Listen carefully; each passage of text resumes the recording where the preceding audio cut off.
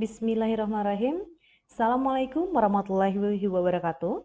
Baik, pada kesempatan kali ini kita akan melanjutkan materi pembahasan pada subtema selanjutnya yaitu distribusi probabilitas.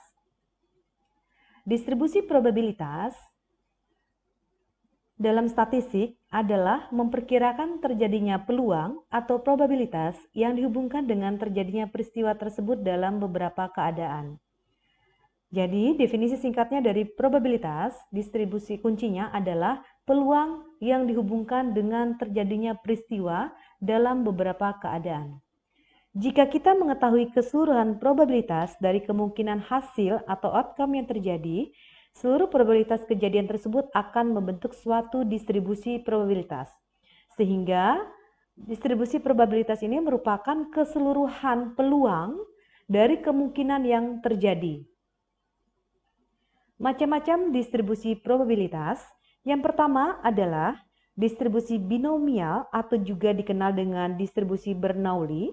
Yang kedua adalah distribusi Poisson atau yang ketiga adalah distribusi normal atau Gauss. Distribusi binomial. Penemu distribusi binomial adalah James Bernoulli sehingga dikenal sebagai distribusi Bernoulli. Di dalam distribusi binomial menggambarkan fenomena dengan dua hasil atau outcome. Contoh, peluang sukses dan gagal, sehat, sakit, pada koin, angka, dan gambar. Jadi, binomial ini menghasilkan dua kemungkinan. Syarat distribusi binomial. Yang pertama adalah jumlah trial merupakan bilangan bulat. Contohnya adalah ketika kita melambungkan koin 2 kali, tidak mungkin 2,5 kali. Jadi bilangannya adalah bilangan bulat tanpa ada pecahan ataupun nilai desimal. Setiap eksperimen mempunyai dua hasil. Ya, tadi seperti contohnya sukses, gagal, laki-laki, perempuan, sehat, sakit, setuju, tidak setuju. Syarat distribusi binomial yang selanjutnya adalah peluang sukses sama setiap eksperimen. Ya, sehingga ketika untuk sukses dan gagal itu adalah sama dengan 1. Contohnya seperti ini. Jika sebuah dadu yang diharapkan adalah keluar mata 5, kita tahu dadu itu ada 6 ya. Maka dikatakan peluang suksesnya karena angka 5 itu 1 adalah 1/6. Sehingga peluang gagalnya adalah 5/6. Dapat dari mana 5/6? Tadi peluang sukses dengan gagal adalah sama, jadi P plus Q adalah 1, sehingga ketika kita mengetahui peluang sukses 1/6, maka peluang gagalnya adalah 1 dikurang 1/6 atau 5/6. Contoh distribusi binomial.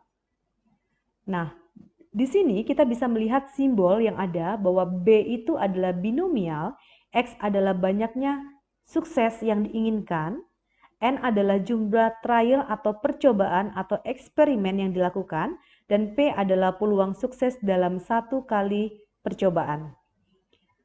Contohnya, dadu dilemparkan 5 kali, diharapkan keluar mata 6 2 kali.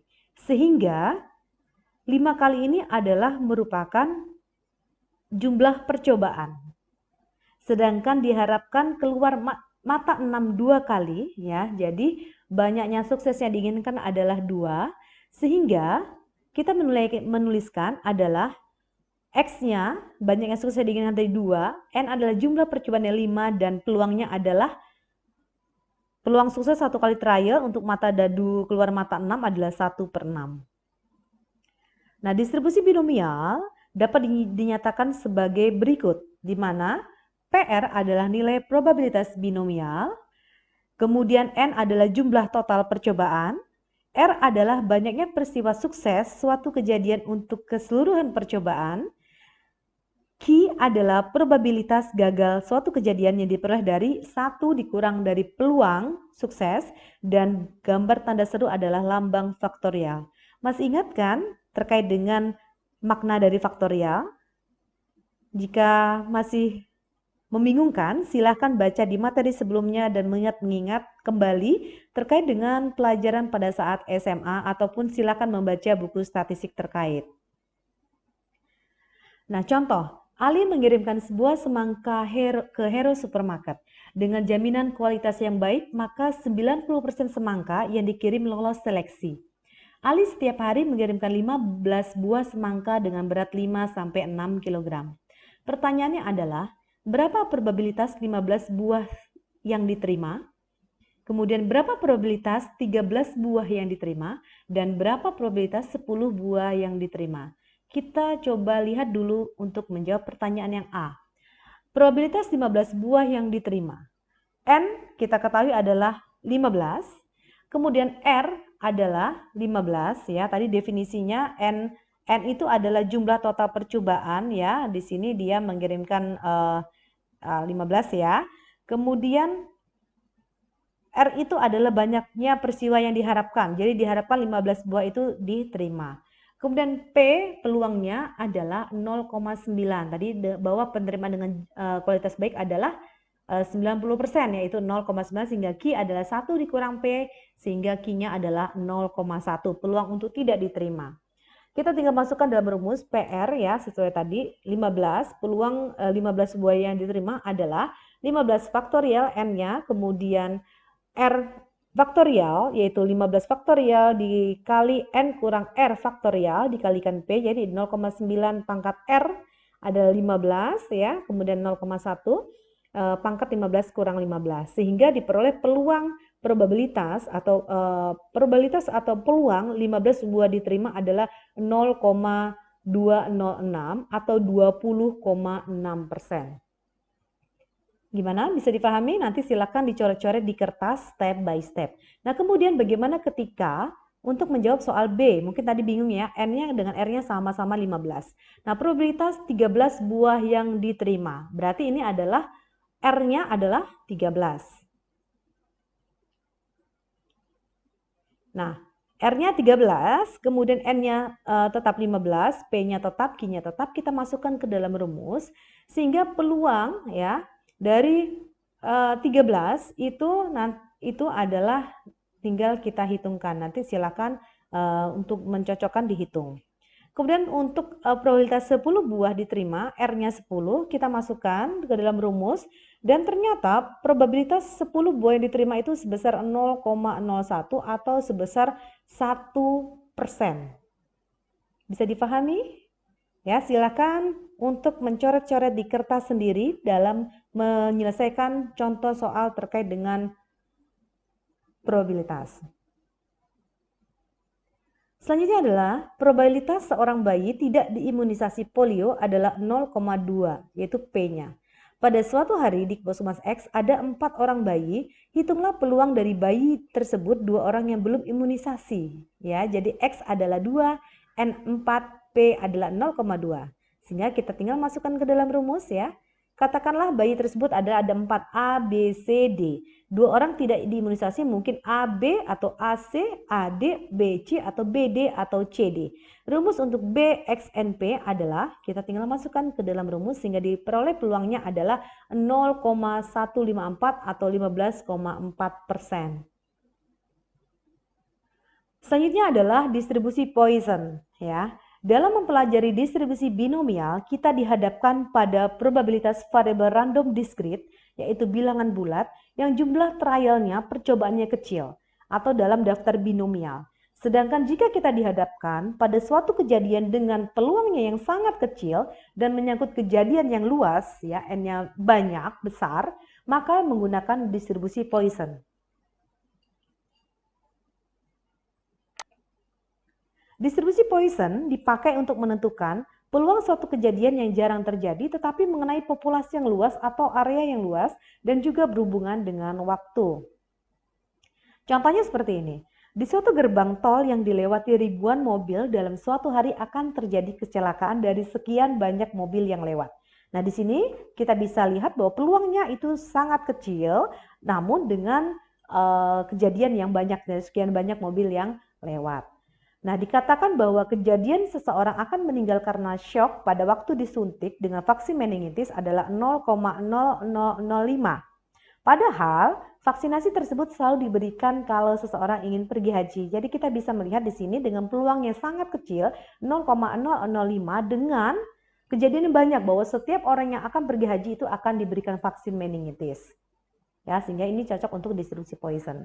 Rumusnya yaitu adalah peluang X ya dalam disiplinnya adalah mu itu adalah nilai ya, nilai rata-rata atau dia dikatakan lambda, bisa juga dicari dengan n dikali p ya.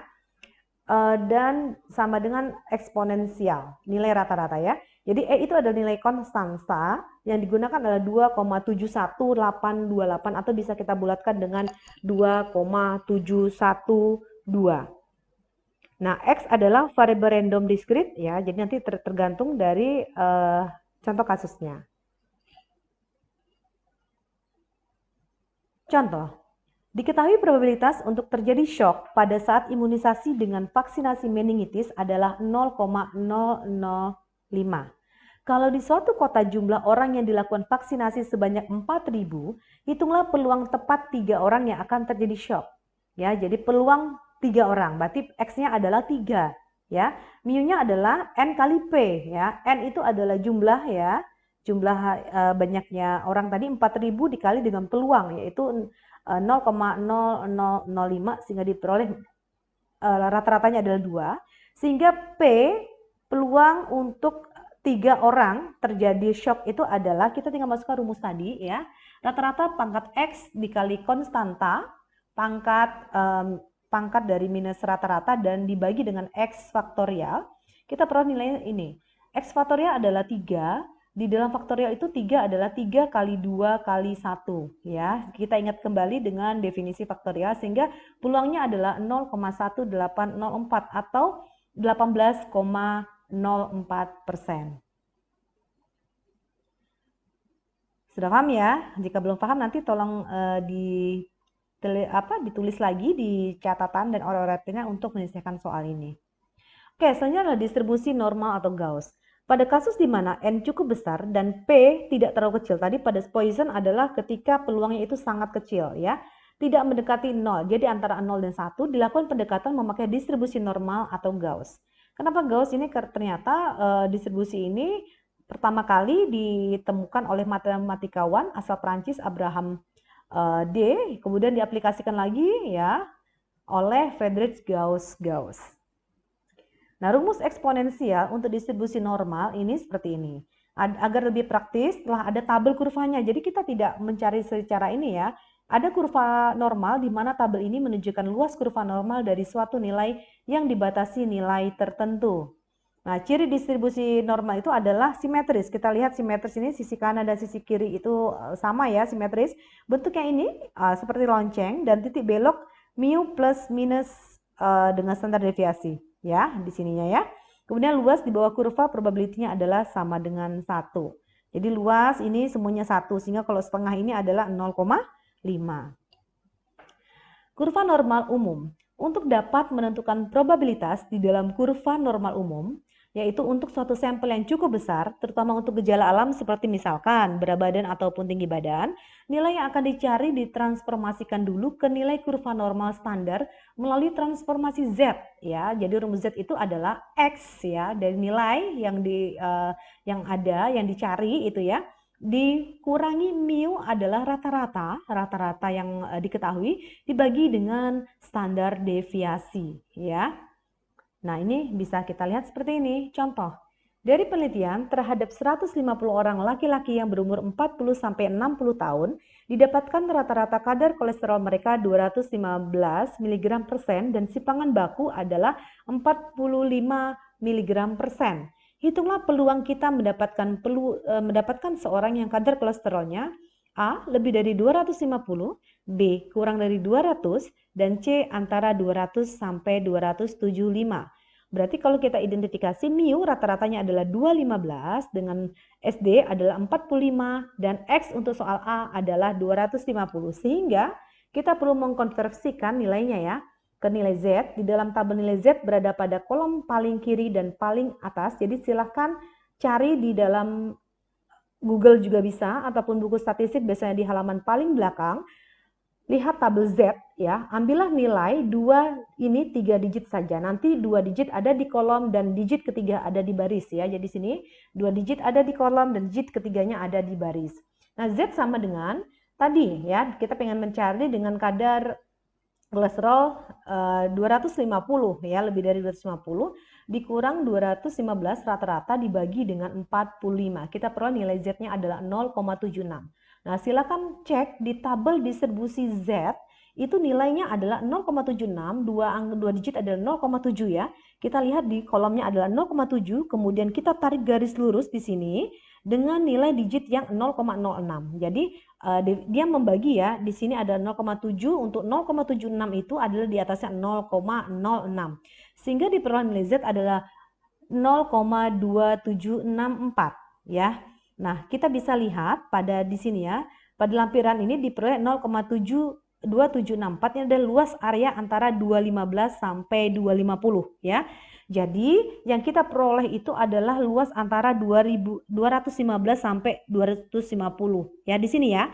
Ini adalah 0,276. Nah, yang perlu kita cari adalah kadar yang lebih dari 250 yang di sini ya. Tadi ini kan 1. Kalau kita separuh ini adalah 0,5. Sehingga untuk mencari nilai yang di sini adalah 0,5 dikurang dengan nilai yang ada, nilai konversi dari nilai Z ini yang ada di sini, sehingga adalah 0,5 dikurang 0,2764 sehingga nilainya adalah 0,2236. Bisa dipahami?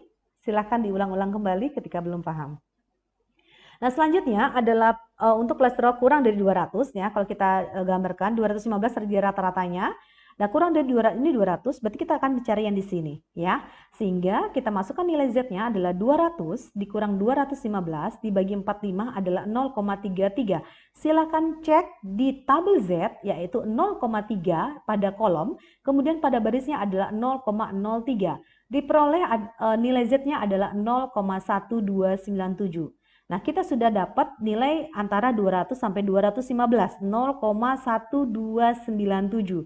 Sehingga ketika kita ingin mencari lebih dari yang kurang dari 200, ya berarti nilainya di sini ya. Berarti tinggal sama tadi, yaitu 0,5 dikurang 0,1297, yaitu 0,3703. Ya, jadi kenapa 0,5? Jangan bingung. Tadi sifat, baca lagi terkait dengan sifat dari distribusi normal, itu nilai di bawah kurva adalah 1 ya.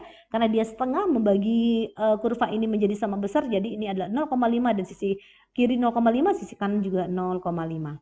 Nah, untuk yang ketiga, ini akan mencari. Jadi lebih baik gambarkan dulu grafiknya ya. Di sini rata-ratanya 215, dia mencari 200, antara lebih dari 200 sampai kurang dari 275. Berarti kita mencari area yang di sini.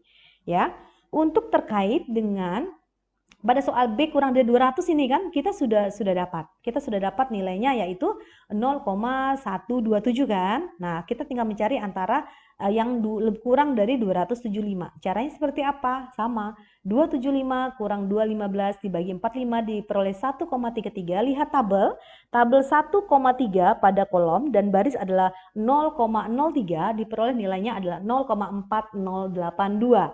Jadi P-nya seperti apa? Berarti kita tambahkan nilai yang di sini kan. Nilai yang antara 200-215 ini adalah 0,1297 ditambah dengan nilai yang di sini 215 sampai 275, yaitu 0,4082, sehingga nilainya adalah 0,5379.